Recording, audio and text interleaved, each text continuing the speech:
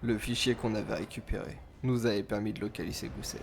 Il se trouvait au Koweït. Et on devait l'intercepter avant qu'il ne disparaisse. Adler, déjà sur place, nous avait informé qu'il n'était pas dans son labo, comme on l'avait supposé, mais qu'il essayait de s'enfuir par l'aéroport. Je les ai rejoints, lui et Sint, pour se diriger vers ce lieu. Une fois sur place, on tomba sur un véritable champ de bataille. L'aéroport était en ruine et fortement protégé. J'ai dû neutraliser leur mortier pour ouvrir un passage. Une fois la zone nettoyée, on a pu entrer dans le bâtiment. Goussev était de l'autre côté du terminal, prêt à embarquer. Dans le hall principal, c'était un enfer. Des vagues de soldats nous tombaient dessus sans arrêt, mais on a réussi à progresser, mètre par mètre.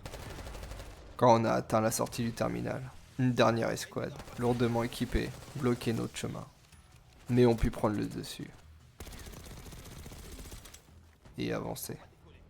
Dans l'avion, on s'est pris une embuscade. Les soldats nous attendaient, cachés parmi les rangées de sièges.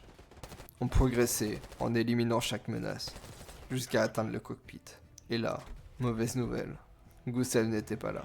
Marshall, depuis son hélico, l'a repéré au terminal 3. Mais on n'avait plus le temps. Des chars ennemis étaient déjà sur notre position.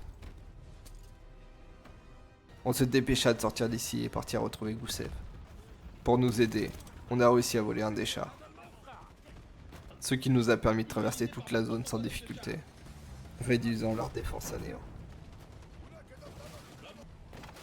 Son avion était là, prêt à décoller. Une roquette, bien placée, a suffi pour le stopper. On l'avait enfin sous la main. Après lui avoir mis un peu de pression, il a fini par parler. Le Panthéon voulait qu'il travaille sur le berceau, pour augmenter son efficacité. La prochaine étape était claire. Vorkuta, on n'avait pas une minute à perdre.